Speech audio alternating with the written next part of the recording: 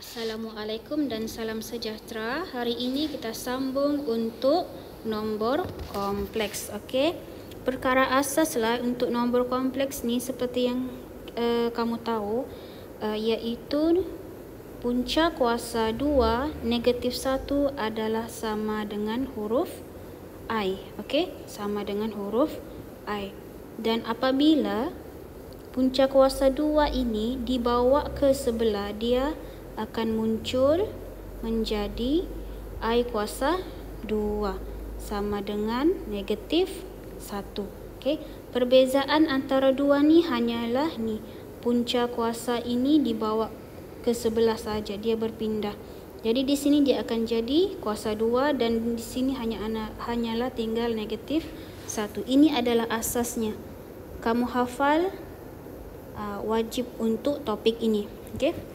Jadi di sini kita tengok jadual, lengkapkan jadual yang berikut. Macam mana kita mau lengkapkan jadual? Kita tengok huruf I ni. I ni kita tahulah bahawa I ni adalah punca kuasa 2 negatif 1, jawapannya I. Yang ini pula, macam mana 2I ni kita mau tahu dia punya jawapan. Caranya 2I ni, 2I adalah sama juga dengan 2 didarab dengan huruf I. Kita pisahkan dia. Kita pisahkan. Lepas tu kita tahu bahawa I sini 2, I ini adalah punca kuasa negatif 1. Jadi kita gantikan dia di situ. Punca kuasa negatif 1. Punca kuasa 2 negatif 1. Bila sudah begini, macam mana kita mewujudkan dalam bentuk punca kuasa ni? Ini 2 ni tidak ada punca kuasa. Jadi caranya 2 ni kita punca kuasakan, lepas tu kita kuasakan 2 lagi. Adalah sama juga nilainya dengan dapat dirinya balik. Dapat dirinya balik. Dapat dirinya balik. Ataupun dia tulis macam inilah. 2 ni kita kuasakan 2, lepas tu kita punca kuasakan. Dia akan dapat dirinya balik. Kalau contoh lain, huruf 3. Nombor 3 ni kita kuasa 2 kan. Lepas tu kita punca kuasakan balik. Kita akan dapat yang asal dirinya balik 3. Jadi kita boleh tukarlah di sini. Kita punya misi ni, misi hanyalah untuk wujudkan yang ada punca kuasa tu, wujudkan. Jadi kita pun keluarkan punca kuasanya 2 didarab dengan punca kuasa negatif 1. Jadi bila kita selesaikan yang ini kita akan dapat nombor 4. Tidak payah ni, kita letak punca kuasa, kita dapat nombor 4 dan didarab dengan punca kuasa negatif 1. Bila sudah dapat begini, kita boleh gabungkan di dalamnya ni. 4 dengan negatif 1 kita boleh gabungkan. Yang di luar tu biarkan, dia punya punca kuasa 2 biarkan, kita akan dapat negatif 4. Macam ni. Itu cara kita selesaikan. Panjanglah sikit. Kita try pula untuk 3. 3 ni pertama sekali kita akan pisahkan dulu. Pisahkan 3 didarab dengan I. 3 didarab dengan I. Jadi lepas 3 didarab dengan I ni, kita tahu bahawa I adalah punca kuasa negatif 1. Yang ni, I ni kita gantikan dengan dia punya nilai. Sama dengan negatif 1. Lepas tu 3 ni pula kita mau wujudkan dia punya ni punca kuasa 2 kan. Caranya adalah kita ambil, kita letak saja. Ni 3. 3. Lepas tu kita kuasa 2 kan dia dan kita letak punca kuasa. Sebab ini bila kita masuk dalam kalkulator, kita akan dapat nilai 3 balik. Jadi benda ni nilainya adalah sama. Kita pun darablah. Darab dengan siapa? Bawa turun negatif 1.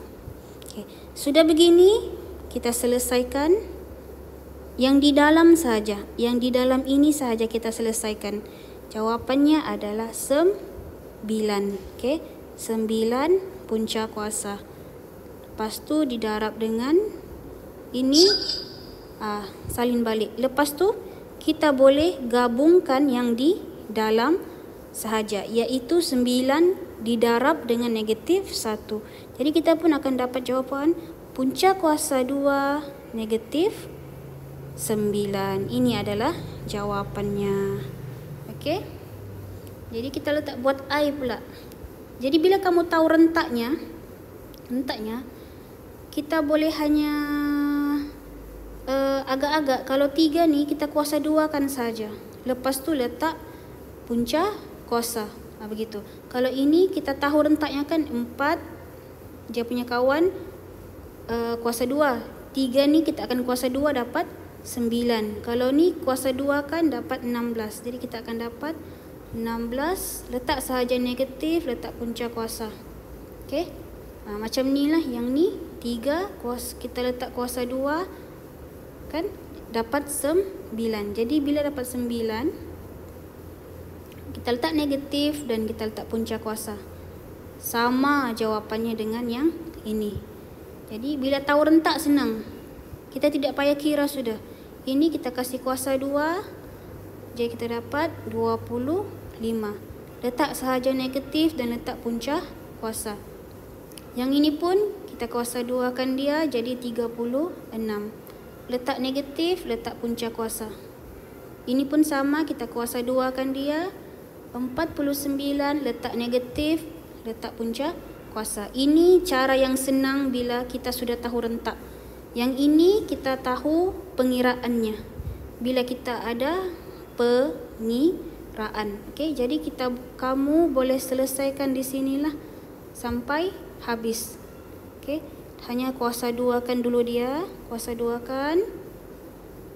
Kuasa 2 kan, lepas tu letaklah jawapannya berapa. Okey. Kalau contohnya 8 kuasa 2.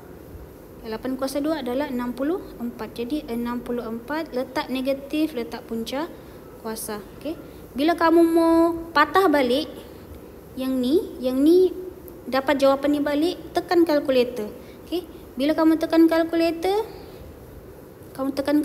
di situ punca kuasa 1 didarab dengan punca kuasa 64. Okey, yang ini dia akan dapat huruf I. Huruf I didarab dengan 8. Jadi I darab dengan 8 dapat 8 I. Jadi kita boleh dapat dirinya balik dari awal tadi. Dia akan berpusing sahaja tu, berpusing. Dia boleh patah balik, berpusing lagi, okey?